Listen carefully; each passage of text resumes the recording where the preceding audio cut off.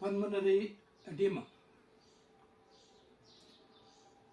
The excessive accumulation of the fluid in the interstitial and alveoli of the lungs is termed as pulmonary edema. Normally, there is small quantity of fluid is present or is accumulated, but that is drained by the lymphatic system into the blood bag. But in pathological conditions, in addition to the cardiac etiological factors, the non-cardiac factors also contribute and can produce the pulmonary edema due to the production of the process oncotic pressure of the capillary blood vessels.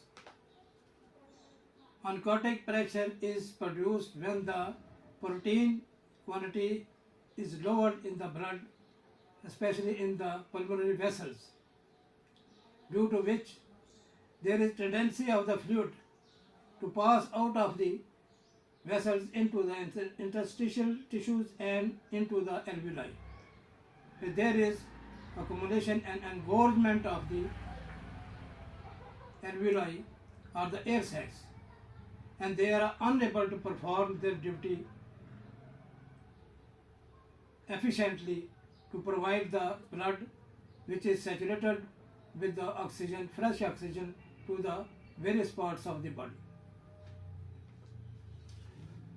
There are certain drugs, aspirin, heroin, morphia, that produces damage to the walls of the capillaries in the lungs, these capillaries are present outside the alveoli in the interstitial tissues.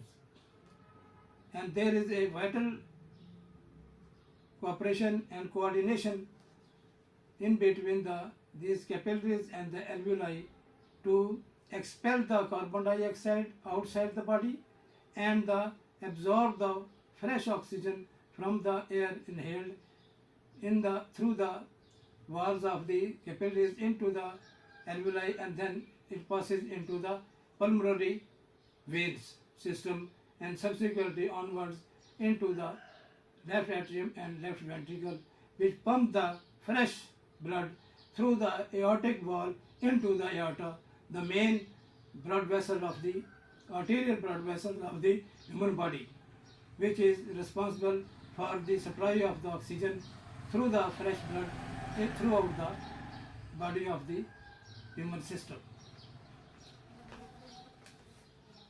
Smoking, excessive alcoholism also produces damage to the alveolar walls and the capillary walls. Especially there is smoke which consists of hundreds of the toxic chemicals which damage the lung tissue. So they produces this acute pulmonary or chronic pulmonary edema in the human body. Then those persons who are visiting the high altitude or they are residing at the high altitude, they also suffer the pulmonary edema due to there is also constriction of the capillary walls and damage to the capillary walls, due to which the permeability is lowered, is reduced. Permeability is excessive because the blood, the plasma and the fluid in the capillary blood that passes through the walls of the capillaries into the interstitial and then onwards in the alveoli. So the increased permeability of the walls of the capillaries that produces the edema in the lung tissues.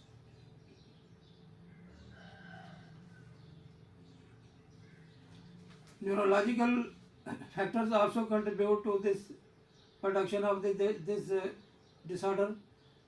Hallucination, anxiety, neurosis, depression, stress condition, they also produces the damage to due to these factors, various chemicals are produced that produces damage to the capillary walls and the alveolar walls, which produces the accumulation of the abnormal, excessive accumulation of the fluid in the alveoli and the interstitial tissues. Now, the symptoms produced by this disease is dyspnea, breathlessness, tachypnea, orthopnea, that is the difficulty in breathing when the patient is lying, but he feels comfortable when he is standing or in sitting position. There is cough, which is productive one, frothy, phlegm, along which is tinged by blood, is also produced. There is chest pain, there is cyanosis, skin is cold and clammy, there is hypertension, palpitation, heart rate is increased. So these are the various symptoms produced by this disease.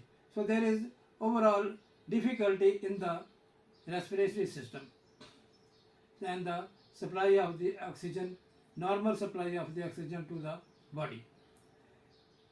Various chronic diseases of the lungs, also acute respiratory distress syndrome, which includes various a collection or combination of the chronic diseases, asthma, chronic bronchitis, cancer, TB, and also the recent pathological pathogens like bacteria, viruses, parasites.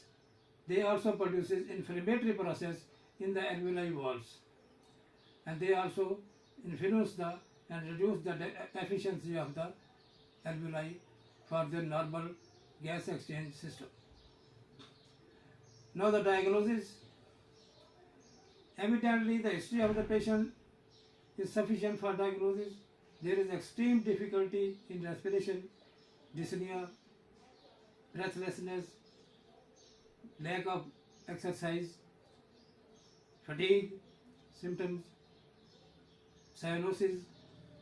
In addition to this, we should perform X-ray chest, then CT scan of the chest, lungs. In addition, the more detailed study of the fluid in the alveoli, that is the ultrasonography of the lungs. In addition, then the cause is mostly it is due to the cardiogenic etiology causes. So we should perform cardiac tests, ECG, echo test.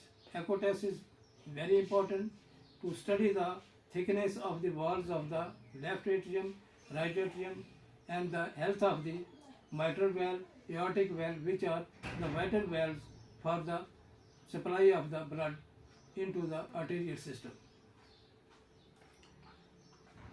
Then there is also coronary angiography is performed, that we know to know the very blockage of the coronary arteries which are supplying the blood to the heart muscles, tissues for their normal and physiological functions. There may be plaque formation due to deposition of the bad cholesterol in the walls of the coronary arteries. So that is the test is performed, coronary angiography. This is performed to study the detailed supply of the heart.